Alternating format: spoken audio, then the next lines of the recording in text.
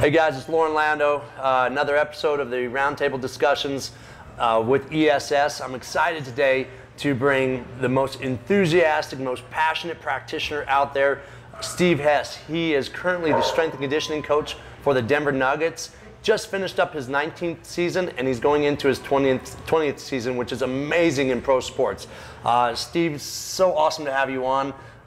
Man, why don't you give our viewers just a little bit of a brief background on you, how you got into the field, maybe the steps it took you to get to where you are today. Okay, firstly, blessed to be on here. Really appreciate the opportunity. Going to give your viewers some insight into you and I. We started about 22 years ago. We ran a combine for a lawyer together. And I remember distinctly, we're training the one guy and you're like, Steve, you got to take it easy on his calves. Man, look, I trashed his calves so bad. My wife's giving birth the next day. He comes to the hospital to get a stretch, and I should have listened to you. So that's some insight into you and I. I have a ton of respect for you. I think you do an amazing job, and I think you're one of the best practitioners in the field. So glad to be on the show. I've had an amazing road, and I'm pretty much just lucky to be where I am. But the single most important thing I feel that's accompanied me through the journey is my passion. I live for this stuff. I'm geeked about it. When I talk about it, I go to bed, I'm thinking about it. I wake up in the morning, I'm thinking about it. I hire people that are better than me in certain aspects. I want to be challenged the whole time. I do continuing education all the time. And the cool thing about it is, I've been in the field close to 30 years. I know I look good for 70, but so I've been here 30 years, and the more I learn, the more I realize the least I know.